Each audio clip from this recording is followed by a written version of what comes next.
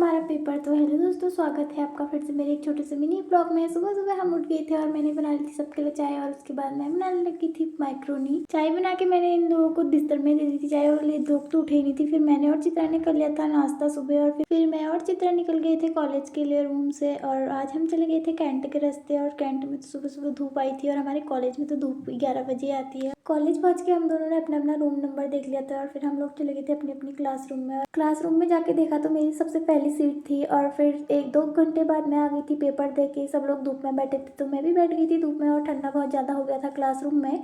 और विवेक भी आ गया था पेपर दे के। और फिर हम लोग चले गए थे ऊपर कैंपस में, क्योंकि चित्रा लोग वहीं मिलते हैं हम लोग को।